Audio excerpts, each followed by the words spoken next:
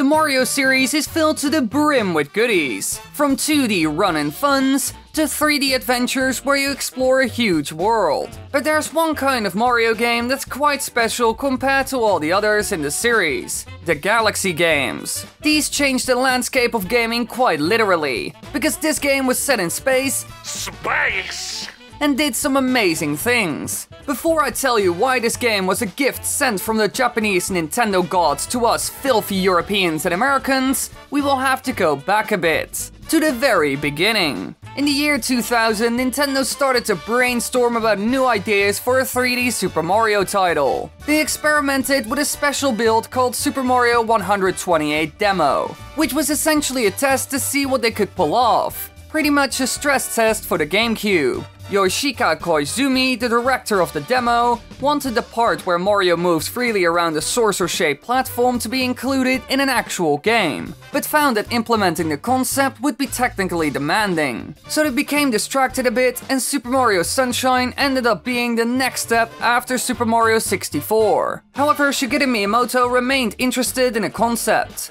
After Donkey Kong Jungle Beat's completion, he asked the newly formed EAD Tokyo if they wanted to make a high-profile game starring established Nintendo characters, which led to one of the staff members suggesting that they had the skill set to make a Mario game. Koizumi felt that the Jungle Beat team had the ability to make spherical platforms work and said he wanted to make the game for the Wii. He then gathered several other members in order to create a prototype. The outer space theme was chosen due to him finding that most players would interpret spherical shapes as planets, and so the gravity was also added. The prototype was shown to Nintendo after 3 months of development, and they approved it. And that's where it all started. Now, Super Mario Galaxy is a 3D action-adventure platformer just like Super Mario Sunshine, and its story is a bit generic. It's the same old save Peach from Bowser shtick, but this time with a grand opening. Because there's a huge festival and the Koopas invaded with a fleet of airships. Personally, I would say this is one of the most epic looking intros to a Mario game. They even introduced a new character that had a ton of background story, Rosalina, who turned out to be an incredibly interesting and fun character. One of the best side characters in the entire series. Now, when it comes to gameplay, there are some differences for sure. It's all in space, so most of the game's levels consists of many small planets and planetoids, while others have bigger ones. Another interesting thing it did was occasionally switch from 3D to 2D and vice versa, while also utilizing sphere walking. These elements essentially changed everything. They had a huge impact on the game, and also made the game more interesting in the long term. From the very beginning, it started to play with the planet system to create small sections on each of them. This made the game quite linear when it came to completion, but allowed Nintendo to do some cool things. They could take advantage of a new and fun mechanic on every planet, while still using the overall theme of low gravity and space. The entire game is designed like that, and this is the only one where they could really do something like this without limiting the player a lot. In older titles, you could look around and see everything around you and where you could go. So if they would limit you in your ability to go to certain places, then players would become mad. However, the Galaxy games could do things a bit different because of the multiple planet system. This time around, it was more like a traditional 2D Mario game, like the new Super Mario series. Now, you would think, but why, Wily? It's a 3D game, right? Well, yes, but this game got the option to do things differently. You mostly go from planet to planet, doing small tasks here and there, and exploring a bit. However, besides the planets, there wasn't a whole lot. You could only really do things on solid ground, making a big part of the world essentially useless. Sure, there were some weird portions here and there, but they were also quite linear. But this is where it gets amazing, because all those separate planets are filled to the brim with things to do and feel a bit like a playroom. And the great thing is, if you go to the next planet,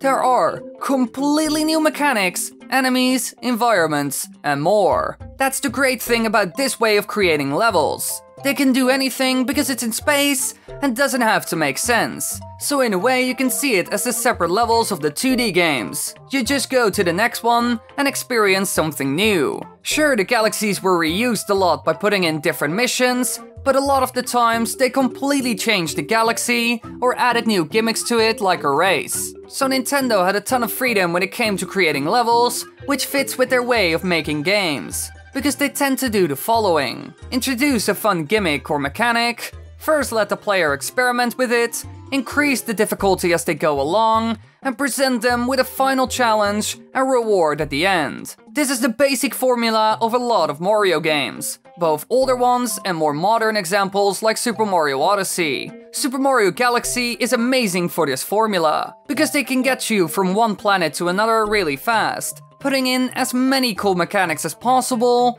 without giving you the feeling of a limiting roller coaster ride. Super Mario 3D World and Land also tried to do this, but compared to the Galaxy games, they felt more linear and less open. This is also because you can't really look around the whole space to see what's next and where you can go to. In space, this isn't a problem, because nothing blocks your view and there's a ton of space. Now for Land it wasn't that bad because it's a handheld game, but for something that requires you to sit down, it's a bit worse. So this was essentially the perfect excuse for Nintendo to cram as much in a limited amount of space and guide the player along an intended path without giving them the feeling of restricting them too much. Besides that, there's little or even no warning at all that a boss might be located on the next planet. And there's also little indication that Mario may be facing something terrible or something peaceful on where he's headed next. And there's also no loading times and screens, so you're not pulled out of the experience at any time, and the next thing is always a bit of a surprise. Clearly a genius move that made the game a ton of fun. But what about the bosses? Well, there are actually a ton in this game. A total of 16 in the first one already, which is quite impressive.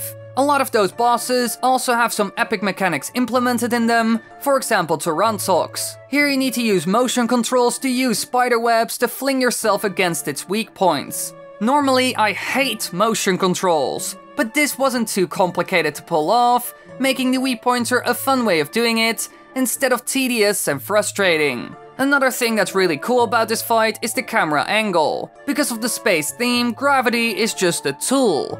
And here they use it to make some sort of circular spiderweb fight. It's extremely fitting for the enemy and a cool experience. The whole ordeal is quite different from anything seen in the game. And this is just one example of many. There are a ton of cool fights in this game. For example, King Fin is also an interesting one. Here you have a battle with a skeletal shark underwater while being chased by robot fish, managing your air meter, dodging the boss itself, and trying to hit it with Koopa shells. Again, a major shift in gameplay that's completely different from any other portion seen in the game. That's the great thing about the Planet system. They can create anything whenever they want to, and this is yet again a good example of it. The sheer variety that this game offers already makes it a gem in my opinion. But wait, there's one thing that we haven't covered yet that's extremely important to any video game: the ending. Here Super Mario Galaxy also shines, because it has one of the most epic endings of a Mario game ever, together with Super Mario Odyssey.